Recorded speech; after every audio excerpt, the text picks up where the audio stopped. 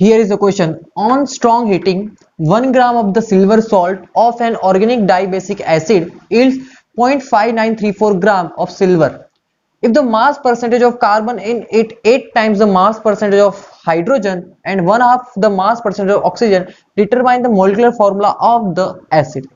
Okay देखो इस question empirical formula वाला ही है, ठीक है। कंसेप्ट यहाँ से तो कंसेप्ट नॉर्मल जो हम पहले पढ़ते आ रहे हैं, कुछ न्यूमेरिकल आपने सॉल्व किए होंगे वही है, बस ऊपर वाला कंसेप्ट थोड़ा सा अलग है।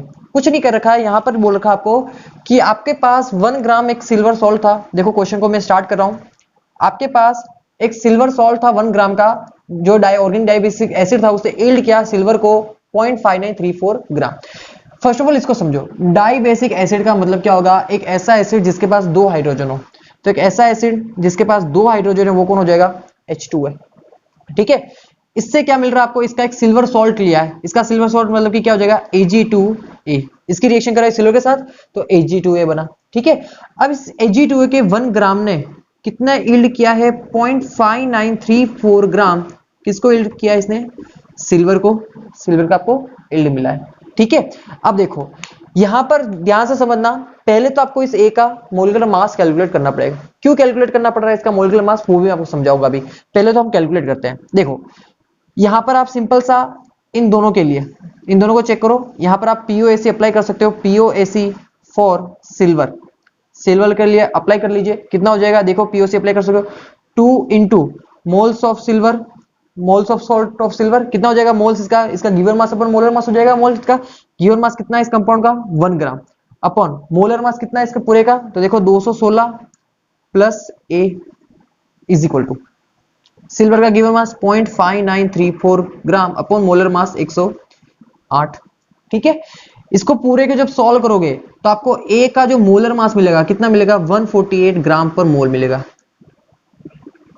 ठीक है। इसे आप सॉल्व कर लेना, ठीक है। मैंने क्या अप्लाई किया? सिंपल सा पीओएसी अप्लाई किया यहाँ पर, क्योंकि दोनों साइड क्या है? सिल्वर है मेरे पास, तो से पीओसी फॉर सिल्वर अप्लाई किया। यहाँ पर सिल्वर के मोल्स इंटू 2 इंटू इसका गिवन मास पर मोलर मास आ गया, ठीक है, इज इक्वल टू इसका गिवन मास पर मोलर मास। तो यहाँ पर क्या आ गया? इस ए का जो एसिड आपका, इसका क्या आ गया? मोलर मास आ गया। अब देखो ये कितना आया? 148 ग्राम पर मोल आया। आपके पास जो भी आपका मोलिकुलर फॉर्मूला आपको कैलकुलेट करना है उसमें देखो एक तो कार्बन होगा, एक हाइड्रोजन होगा, क्या होगा? ऑक्सीजन होगा। सब में दिख रहा है। तो यहाँ पर देखो, यहाँ पर आपको देखो इससे जस्ट पहले 2 हाइड्रोजन भी तो थे, 2 हाइड्रोजन का मास भी इसमें ऐड करना है, ठीक है, क्योंकि इस डाइबेसिक एसिड का आपको मोलिकुलर मास कैलकुलेट करना है। 2 हाइड्रोजन का मास भी कर लो, कितना हो जाएगा? टोटल एसिड का मास, टोटल एसिड का मास कितना आ जाएगा? H2A का मास आ जाएगा टोटल आपके पास 150 ग्राम पर मोल। पहली बात तो ये क्लियर कि जो भी मोलिकुलर फॉर्मूला, जिस भी कंपाउंड का, जिस भी एसिड का मोलिकुलर फॉर्मूले का आपको निकालना है मोलिकुलर फॉर्मूला, उसका जो टोटल मास होगा वो कितना होगा? 150 ग्राम पर मोल होगा। इसलिए मैंने आपको ये यहाँ पर पीओसी अप्लाई करवाया, ठीक है ना, क्योंकि टोटल मास तो पता होना चाहिए ना पहले, ठीक है। चलिए अब देखो, अब सिंपल सा यहीं से वही कंसेप्ट है अपना इंपेरिकल फॉर्मूला वाला। If the mass of carbon, देखो यहां पर सॉल्व करते हैं थोड़ा सा आगे, carbon, hydrogen and oxygen. Mass of carbon 8 times of mass percentage of hydrogen.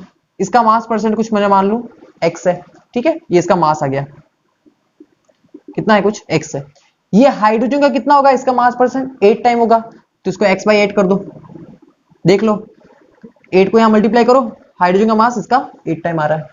फिर क्या बोला है? 1/2 of the mass percentage of oxygen, 1/2 चाहिए तो इसको कितने मल्टीप्लाई कर दो? 2 से मल्टीप्लाई कर दो। ये हो गया आपका ओवरऑल, देखो मास परसेंट हो गया, दिख रहा ध्यान से? बोला है क्लियर कि जो भी मास परसेंट ऑफ कार्बन होगा वो 8 time mass percent of hydrogen होगा। देखो इसको 8 से मल्टीप्लाई करो तो हाँ, हाइड्रोजन का जो मास है वो कार्बन का कितना है? 8 टाइम्स है, और 1.5 होगा ऑक्सीजन के कंपेरेटिव, तो यहाँ पर 2 से डिवाइड कर दो तो 1.5 हो गया ऑक्सीजन के कंपेरेटिव, ठीक है। ये तो मास परसेंट आया, ठीक है। अब देखो मैं क्या करूं, अब मास परसेंट आ गया, ये आ गया मेरे पास मास परसेंट, तो मास भी कितना होगा? यही होगा सेम, मास परसेंट के अकॉर्डिंग यही होगा सेम, ठीक है। तो इसको मैं यही मान के चल रहा हूं। अब देखो मुझे मोल्स निकालना है, तो मोल्स कैसे निकालोगे? गिवन मास अपॉन मोलर मास। ये इसका गिवन मास अपॉन मोलर मास, ये इसका गिवन मास अपॉन मोलर मास, इसका कितना होगा? 1 ही होगा। इसका गिवन मास अपॉन मोलर मास कितना होगा? 16 होगा, ठीक है। तो इसे x बाई 8 लिख देता हूं मैं, सिंपल सा, ठीक है। अब देखो ये क्या आ गए? इनके मोल्स आ गए। इसमें एलसीएम ले लो, एलसीएम ले लोगे आपके पास, देखो यहाँ पर कैंसिल आउट हो रहा है, 4 3 12, 4 2 8, एंड 4 टू साइड 4 4 4 कैंसल, तो कितना आ गया x/3 ratio x/2 ratio x/2 आ गया। अब देख लो यहाँ पर x x x तीनों पे कैंसिल हो रहा है, तो मोल्स कितना आ गए 2:3:3, तो ये तो क्या आ गया इनका मोल रेशियो आ गया। मतलब कि कार्बन के कितने मोल होंगे 2, हाइड्रोजन कितने होंगे 3 और ऑक्सीजन के भी कितने होंगे 3 होंगे। अब देखो ये जो मास है मोलिकुलर फॉर्मूला आया है, इसका मास अगर आप कैलकुलेट करो कितना होगा, देखो कार्बन कितना हो गया 12 दूनी 24, 24 प्लस 3 कितना 27, 27 प्लस 16 48, कितना हो गया 8 4 12 13 14 15, 5 और 1 4 5 6 7 75 ग्राम पर मोल आया। ध्यान से देखो, हमें जो एसिड का मास निकालना है, उसका मोलिकुलर फॉर्मूला निकालना है, उसका एक्चुअल मास कितना है 150, ये तो क्या है उसका जस्ट हाफ है। हमने पढ़ा है कि जो भी मोलिकुलर फॉर्मूला होता है वो n times of empirical formula होता है, ठीक है। तो molecular mass upon empirical formula mass is equal to क्या आ जाएंगे मोल्स आ जाएंगे। मोलिकुलर मास कितना है 150, एम्पिरिकल फॉर्मूला मास कितना है 75, मोल्स कितना आ गए 2, मतलब कि इसको 2 से क्या करो आप मल्टीप्लाई कर दो, तो फॉर्मूला आ गया C4H6O6। Here is the your answer and check कर लो option number B is a correct option. चलिए वापस समझाता हूं इस न्यूमेरिकल को, ध्यान से सुनना, अगर नहीं समझ में आए फिर भी तो आप कमेंट में रिव्यू कर देना एक बार, ठीक है।